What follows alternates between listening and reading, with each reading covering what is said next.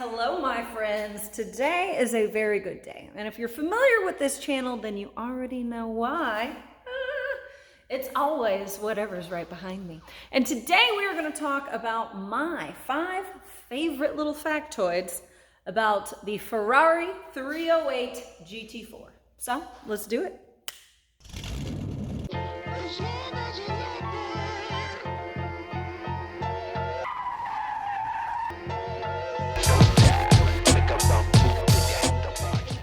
To the owners of this car, George Friendly, my friend and mentor and a very big classic car enthusiast and collector, and also my father, Steve Shook. Thank you guys.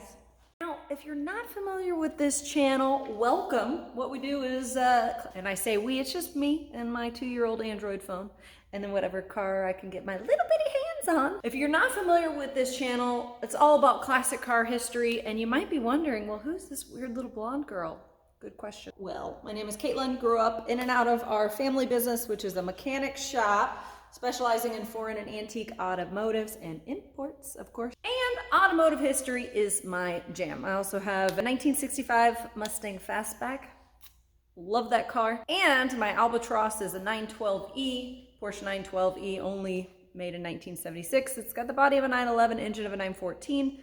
And I have had that car as a restoration project since I was 15. So yeah, welcome to the channel. If that's your cup of tea too, you like car history, you like learning and seeing interesting cars, go ahead and hit the subscribe button. Now behind me is a 1979 Ferrari 308 GT4. Okay, I'm just gonna do a quick recap and then we're gonna go into my top 5 facts, okay? What's very interesting about it is that the 308 GT4 was actually produced from 73 to 76 under the Dino marque. And then after 76, it went under as a Ferrari. I'm gonna get to that. I'm gonna explain all that. So let's start.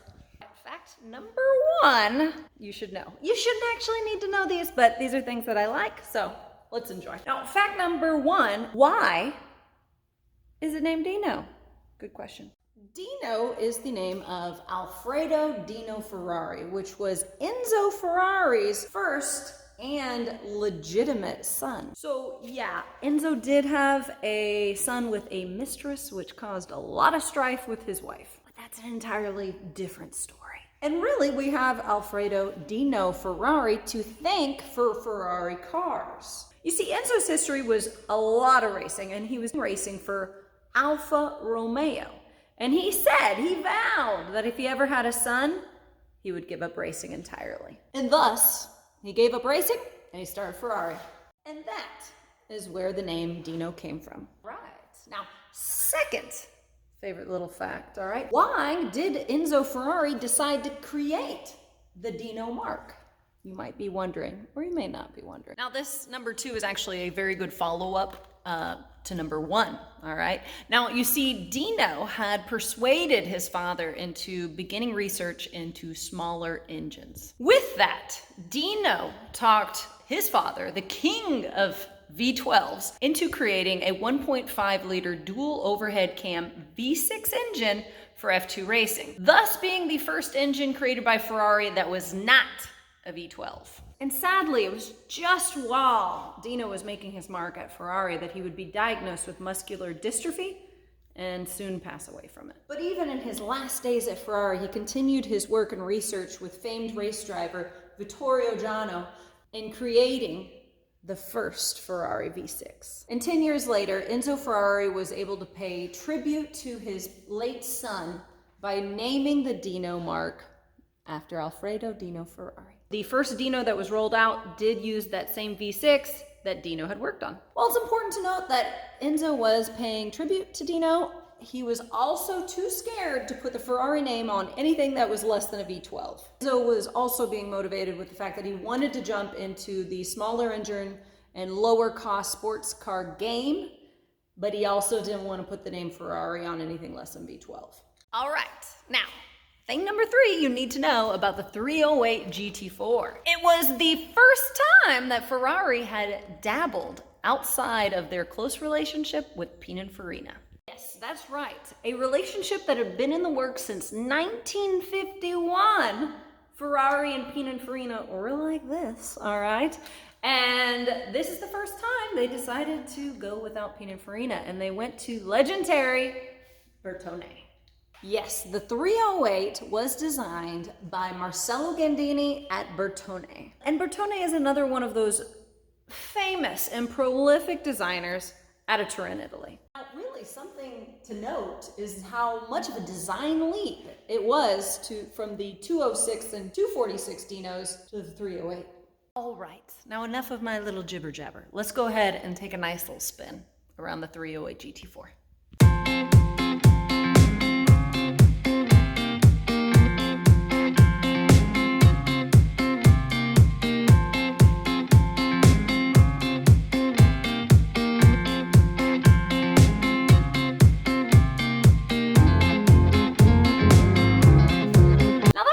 Pretty good timing for a spin, because that spin helps us segue into fact number 4 that you don't really need to know about the 308 GT4, but you're going to know anyways.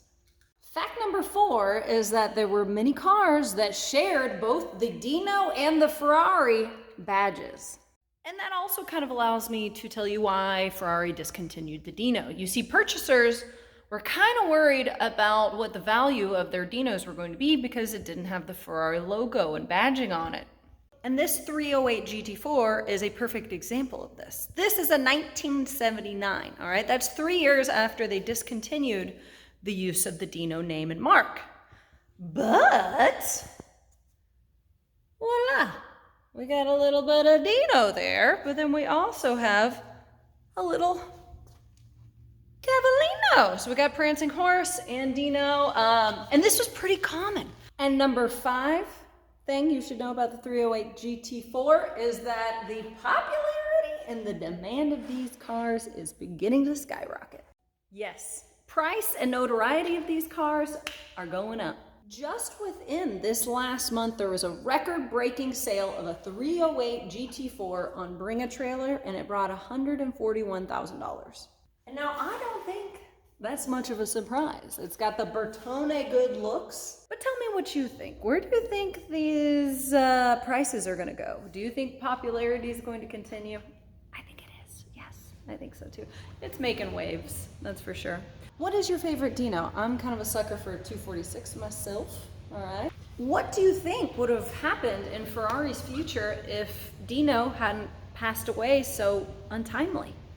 What is your favorite cantankerous Enzo Ferrari story? Because there's a lot of them. If you are picking any Ferrari keys out of a box, which one are you picking? That's kind of a tough one. Let me know in the comments down below. All right, my friends, I hope you enjoyed that silly and informal little top 5 favorite factoid on the 308 GT4. This is my cup of tea. If you like classic cars like I do, go ahead and press the subscribe button. But until then, we'll see you later.